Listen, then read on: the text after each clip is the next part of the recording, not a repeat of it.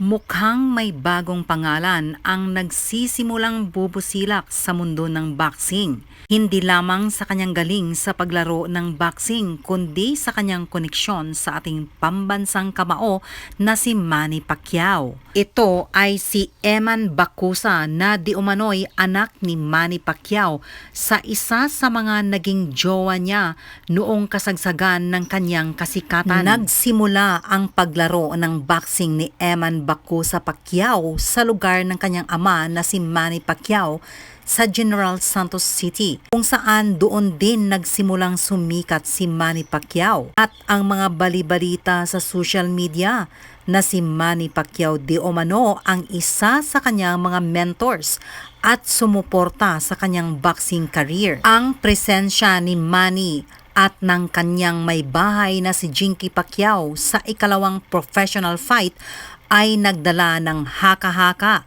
ng mga netizens patungkol sa kanyang relasyon bilang mag-ama.